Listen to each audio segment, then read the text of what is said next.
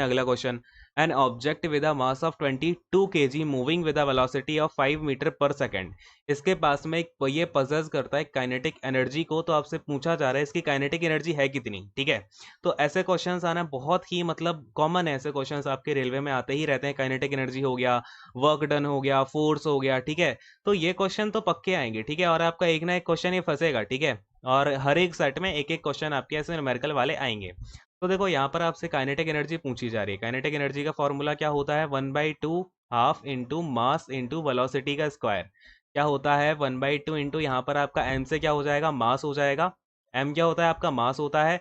We का मतलब है यहाँ पर आपकी जो भी वेलोसिटी है। ठीक है, वेलोसिटी आपकी जो भी रहेगी वो आप यहाँ पर लिखोगे और उसका स्क्वायर कर दोगे। ठीक है, अब जैसे मैं इस फॉर्मूला में आपका डालने जा रहा हूँ, क्या हो जाएगा, काइनेटिक एनर्जी को आप वैसे के से भी डिनोट कर सकते हो। ठीक है, तो 1/2 इंटू एम, मास कितना है देखो यहाँ पे आपका 22 kg है ना, तो 22 इंटू आपकी वेलोसिटी यहाँ पर कितनी है भाई, 5 मीटर पर सेकंड की वेलोसिटी है, यानी कि आप इंटू में 5 कर दोगे यहाँ पे, तो ये 2 से कितने टाइम जाएगा, 11 टाइम्स जाएगा।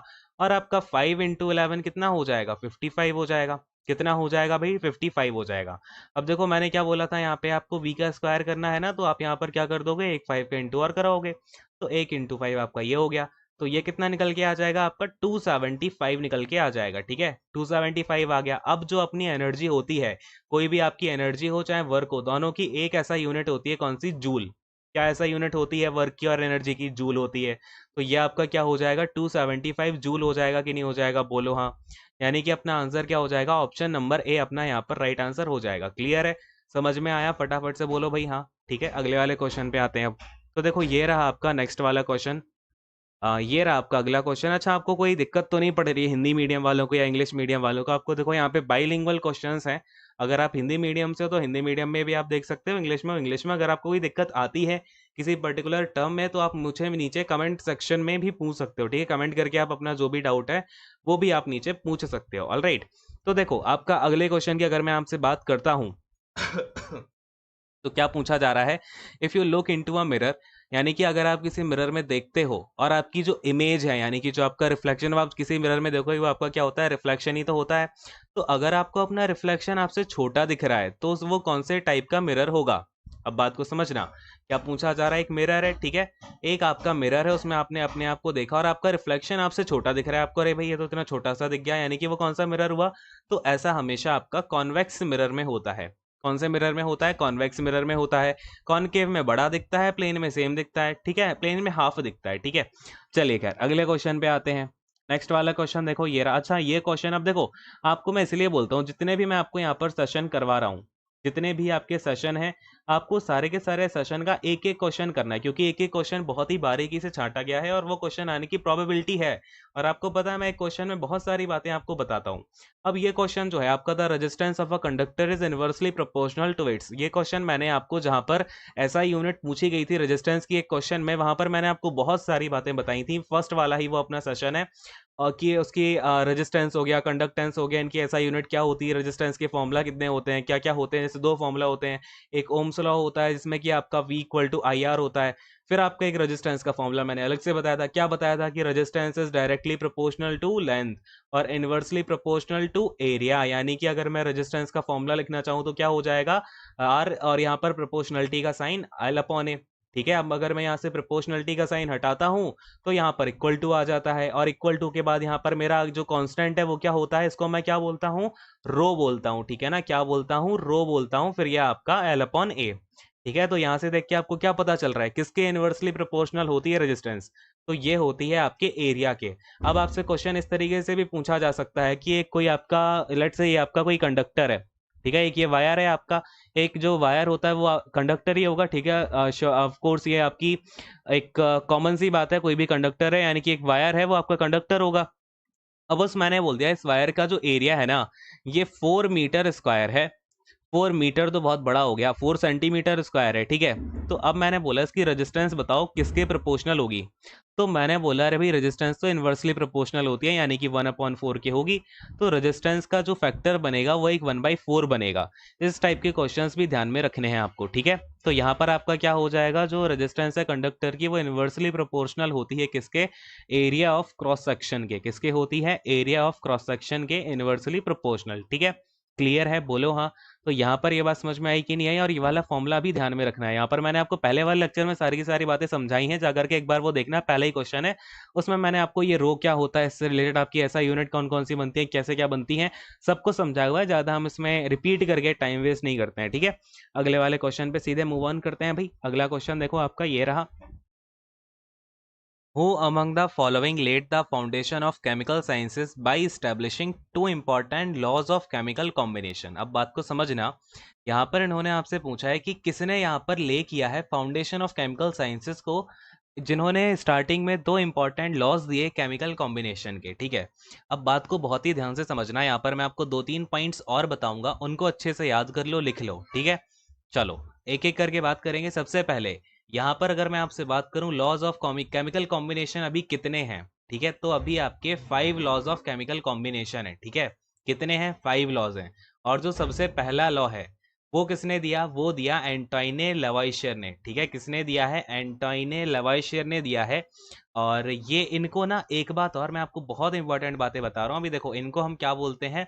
फादर ऑफ केमिस्ट्री भी बोलते हैं, ठीक है। अगर आपसे क्वेश्चन आ जाए फादर ऑफ केमिस्ट्री किसको बोला जाता है, तो ये बोला जाता है एंटोइने एल लेवाइशियर को, ठीक है, फादर ऑफ केमिस्ट्री, ठीक है। क्लियर है, बात समझ में आ गई। चलो अब यहाँ पर आपसे मैं बात करूंगा कितने लॉज होते हैं, ये आपको पता होने चाहिए, ठीक है। कौन कौन से लॉज होते हैं उनके आपको नाम भी पता होने चाहिए, तो एक एक करके हम यहाँ पर इनके नाम भी देख लेते हैं, ठीक है। सबसे पहला अगर मैं बात करूं तो ये है आपका law of conservation of mass, ठीक है। लॉ ऑफ आपका सबके आगे लगा होगा ऐसा लॉ ऑफ, तो मैं इसके आगे लिख रहा हूँ सीधा, conservation of mass. Conservation of mass किसने दिया? ये दिया भाई एंटोइने एल लेवाइशियर ने, ठीक है। कंजर्वेशन ऑफ मास में ही एक्चुअली इसके दो पार्ट थे, तो इन्होंने ये दोनों दिए थे, इसका फाउंडेशन इन्होंने किया, जो केमिकल लॉ के फॉर्मेशन, जो केमिकल फॉर्मेशन के आपके लॉज हैं, ठीक है। पहला लॉ इन्होंने दे दिया, कौन से ईयर में दिया ये भी आपको पता होना चाहिए, तो इन्होंने 1789 ईयर में दिया इसको, ठीक है। 1789 में दिया, इस बात को समझो, बहुत ही इंपॉर्टेंट क्वेश्चन है। यानी कि 1789 पर ही जो आपकी केमिस्ट्री है उसकी स्थापना धीमे धीमे होनी शुरू हो गई थी, क्योंकि ये कौन है? फादर है केमिस्ट्री के, ठीक है। चलो अब अगर मैं आपसे बात करूं, अगला है आपका लॉ ऑफ डेफिनेट प्रोपोर्शन। कौन सा है? Law of definite proportion. Law of definite proportion. अच्छा, लॉ ऑफ डेफिनेट प्रोपोर्शन किसने इसको इंट्रोड्यूस किया, यानी कि इसने किसने इसको दिया था? तो ये है, यहाँ पर आपको दिख रहे होंगे, जोसेफ एल प्राउस्ट। ये जो चौथा ऑप्शन है ना, इन्होंने ही इसको दिया था, जोसेफ जोसेफ एल प्राउस्ट, ठीक है। ध्यान रखना है इनका नाम बहुत ही अच्छे से, देखो ऑप्शन में अब आ गया है और इसमें देरी नहीं लगेगी कि आपसे इस नाम का क्वेश्चन भी पूछ लिया जाए, ठीक है।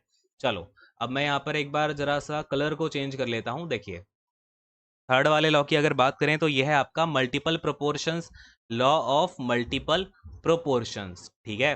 क्या है? Law of multiple proportions. और ये बहुत ही महत्वपूर्ण शख्स ने दिया है इसको, उनका नाम क्या है? डाल्टन है, ठीक है।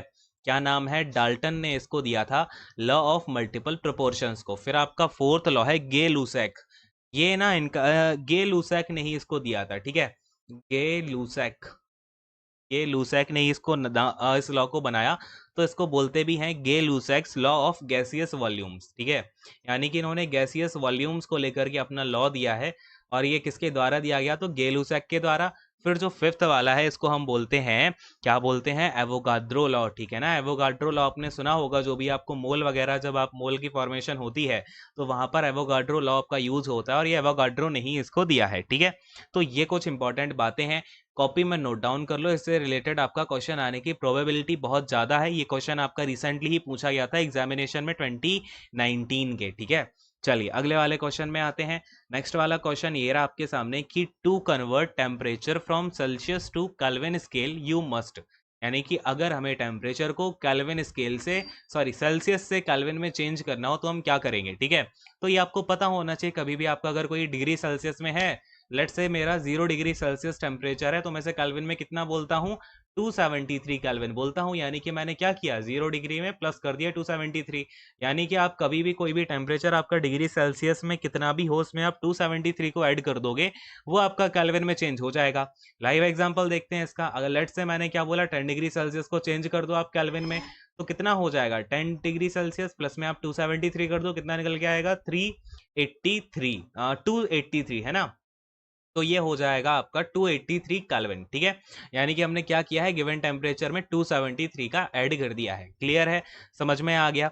अगले क्वेश्चन पे आते हैं। नेक्स्ट वाला क्वेश्चन आपका ये रहा, element A B and C occur as Dobereiner's triad. अब देखो मैंने आपसे बताया था ना, मैंने आपको न्यूलैंड लॉ ऑफ ऑक्टेव समझाया हुआ है पिछले वाले लेक्चर में, तो वो अगर आपने नहीं देखो, इसलिए मैं आपसे बोल रहा हूँ एक एक लेक्चर आपको बहुत ही ध्यान से देखना है। न्यूलैंड्स लॉ ऑफ ऑक्टेव आपको मैंने पढ़ा दिया है कि न्यूलैंड का लॉ ऑफ ऑक्टेव क्या होता है। अब ये जो सारी चीजें हैं ना आपकी 10th क्लास की एनसीईआरटी में दे रखी हैं, इसलिए यहाँ से आपके क्वेश्चंस लगातार बन रहे हैं। अगर आप सिलेबस को ध्यान से पढ़ोगे तो सिलेबस में लिखा है general science up to class 10th CBSE, ठीक है। तो जनरल साइंस आपकी 10th क्लास तक की आएगी, और 10th क्लास में ये सारी की सारी चीजें बहुत ही इंपॉर्टेंट हैं और बड़े ही साफ साफ शब्दों में इसको लिखा गया है। अब इसमें देखो क्वेश्चन क्या पूछ लिया, बड़ा ही प्यारा क्वेश्चन ये पूछा गया। एक बार मैं यहाँ से इन चीजों को हटा देता हूँ। तो देखो यहाँ पे, तो देखो यहाँ पर आपका क्वेश्चन क्या पूछा गया है कि तीन एलिमेंट हैं आपके ए बी और सी, ये डोबेनिनर ट्राइड में होते हैं। तो अगर एटॉमिक मास ए का 7 है और फिर आपका सी का 39 है, तो बी का एटॉमिक मास क्या हो जाएगा, ठीक है। अब बड़े ध्यान से देखिएगा कि डोबेनिनर ट्राइड ने बताया क्या, और हम इसमें किस अकॉर्डिंगली जो है चीज़ों को क्लासिफाई कर सकते हैं। ये पता करने के लिए आपको पता होना चाहिए भैया कि ये डोबेनिनर ट्राइड होता क्या है। तो डोबेनिनर ट्राइड बड़े ध्यान से समझना है, यहाँ पे मैं आपको लिख के दे रहा हूँ। जो अरिथमेटिक इन्होंने क्या बताया, डोबेरिनर थे, इन्होंने ये बताया कि जो अरिथमेटिक मीन होता है ना, इन्होंने क्या किया, अब देखो ट्राइड का मतलब क्या होता है, इन्होंने ना सारे एलिमेंट उस टाइम पे जितने भी नोन थे उनको तीन तीन के ग्रुप में बांट दिया, और ये क्या बोले, एक ट्राइड बन गया तीन एलिमेंट का, फिर अगला ट्राइड बना दिया, फिर अगला बना दिया। अब उसमें इन्होंने क्या बोला, एक ट्राइड में जो तीन एलिमेंट है ना, उनमें जैसे आपके मैंने बोला एक ट्राइड में मैंने ए बी सी को रख दिया, तो इन एबीसी में जो आपका ए वाला एलिमेंट है और ये सी वाला एलिमेंट है, इसका जो अरिथमेटिक मीन होगा, तो arithmetic mean of first and last या फिर फर्स्ट एंड थर्ड बोल दो, फर्स्ट एंड थर्ड एलिमेंट। अच्छा, एटॉमिक अरिथमेटिक मीन ऑफ यहाँ पर आपका क्या हो जाएगा, एटॉमिक मास होगा, है ना। इनका जो एटॉमिक मास लोगे आप, ठीक है, इनके एटॉमिक मास का जो आपका अरिथमेटिक मीन होगा वो क्या होगा, will be equal to, will be equal भी नहीं है, अप्रोक्सीमेट इक्वल आता था, अप्रोक्सीमेटली इक्वल टू ये किसके हो जाएगा, तो जो आपका बीच वाला एलिमेंट होगा, टू द सेकेंड एलिमेंट, क्या, to the atomic mass of second element, है ना, atomic mass of second element. तो बात मेरी आपको समझ में आई, यानी कि इन्होंने क्या बोला, ये तीन एलिमेंट है, तो ए और सी वाला जो एलिमेंट है ना, इनका जो भी एटॉमिक मास होगा इसका अरिथमेटिक मीन निकाल लो, वो किसके इक्वल हो जाएगा, बी के मास के इक्वल हो जाएगा, ठीक है। तो ये कहानी समझ में आई, इस तरीके से आपको यहाँ पर ये करना पड़ेगा। अब अगर मैं आपसे यहाँ पर बात करूं क्वेश्चन की क्वेश्चन को देखो यहाँ पे ध्यान से, आपके पास में ए और सी का जो एटॉमिक मास है कितना दे रखा है, ए का 7 है और आपका सी का 39 है, तो बीच वाले का कितना हो जाएगा, आप इसका अरिथमेटिक मीन निकाल लो, यानी कि एवरेज निकालो, तो अपॉन 2। अब इसे आप एक बार सॉल्व करिए, 46 अपॉन 2 यानी कि कितना आ जाएगा, 23 आ जाएगा। तो आपका राइट आंसर क्या हो जाएगा, 23 हो जाएगा। अब डॉबेरिनर ट्राइड से रिलेटेड आपको दो तीन बातें और समझनी है बड़े ही ध्यान से, ठीक है। जो आप इसको, अब आप जो भी मैं आपको लिखा रहा हूं ना, इसको बहुत ही ध्यान से आपको नोट डाउन करना है। अब हुआ क्या कि आपका ईयर, कौन सा ईयर था भैया, ये था आपका 1817 ईयर, ठीक है, 1817, यानी कि 1817 में क्या हुआ, डॉबेरिनर ने अपना सबसे पहला ट्रायड खोजा, उसका नाम क्या था, एल्कलीन अर्थ मेटल्स का ये आपका एक ट्रायड था, एल्कलीन अर्थ मेटल्स का आपका ये ट्रायड था। और आपको ना ये क्वेश्चन बहुत बार पूछा गया है कि जो ये डॉबेरिनर का सबसे पहला ट्रायड है, इसमें कौन कौन से एलिमेंट मौजूद थे, तो इन तीनों के आपको पता होने चाहिए सबसे पहले के, बाकी आपके लिए इतने इंपॉर्टेंट नहीं कि सबसे पहले वाले ट्रायड में कौन कौन से एलिमेंट प्रेजेंट थे। तो ये थे आपके कैल्शियम, कौन कौन से थे, कैल्शियम था आपका, स्ट्रोंटियम था आपका, ठीक है, कैल्शियम हो गया, स्ट्रोंटियम हो गया, फिर आपका यहाँ पर बेरियम था, ठीक है, कौन सा एलिमेंट था, और आपका बेरियम एलिमेंट यहाँ पर मौजूद था। यानी कि ये तीन एलिमेंट थे इसके सबसे पहले वाले ट्रायड में, जो कि एल्कलीन अर्थ मेटल्स का ट्रायड कहलाता था, ठीक है। इतनी सी बात ध्यान में रखोगे सभी लोग। अगले क्वेश्चन पे आते हैं। अब देखो नेक्स्ट वाला क्वेश्चन ये रहा आपके सामने कि metal react with acid to give, यानी कि मेटल आपका एसिड के साथ रिएक्शन करके क्या दे देता है। तो आप ये बात ध्यान में रखेंगे, कभी भी अगर आप मेटल के साथ में कोई भी एसिड डालोगे तो आपको क्या मिलेगा, एक तो आपको मिलेगा सॉल्ट, यानी कि एक आपको कंपाउंड मिल जाएगा, प्लस माइनस न्यूट्रल हो जाएगा जिसमें आपका, और साथ के साथ उसमें आपकी हाइड्रोजन गैस निकलेगी। इस बात को ध्यान में रखना है, कभी भी मेटल और एसिड मिलते हैं तो क्या निकालते हैं, हाइड्रोजन गैस और एक सॉल्ट निकालते हैं। सॉल्ट तो सबकी रिएक्शन में निकलता है, कोई भी आपका एसिड के साथ रिएक्शन कराओगे सॉल्ट निकलेगा, लेकिन ये ध्यान में रखना है इसके साथ हाइड्रोजन गैस जरूर निकलती है, कभी भी आप अगर मेटल की रिएक्शन कराओगे एसिड के साथ, ठीक है, ध्यान में रहेगी ये बात। अगले वाले क्वेश्चन पे आ जाते हैं फटाफट से।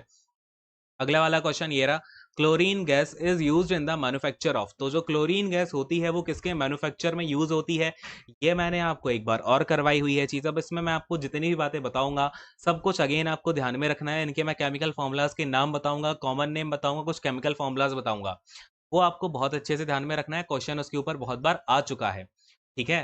चलो फिर से हम एक बार कलर को चेंज कर लेते हैं, ये रहा आपका कलर चेंज। अब देखो यहाँ पे आपका क्लोरीन गैस का यूज पूछा जा रहा है किसकी फॉर्मेशन में होता है, तो यहाँ पर आपका वॉशिंग पाउडर, जो ब्लीचिंग पाउडर है आपका, इसके मैन्युफैक्चर में हम क्लोरीन गैस का यूज करते हैं। अब देखो किस तरीके से करते हैं। सबसे पहले ब्लीचिंग पाउडर का आपको केमिकल नेम पता होना चाहिए, हम इसको क्या बोलते हैं। तो इसका केमिकल नेम होता है कैल्शियम, कैल्शियम हाइपोक्लोराइड, ठीक है। क्या होता है, कैल्शियम हाइपोक्लोराइड होता है।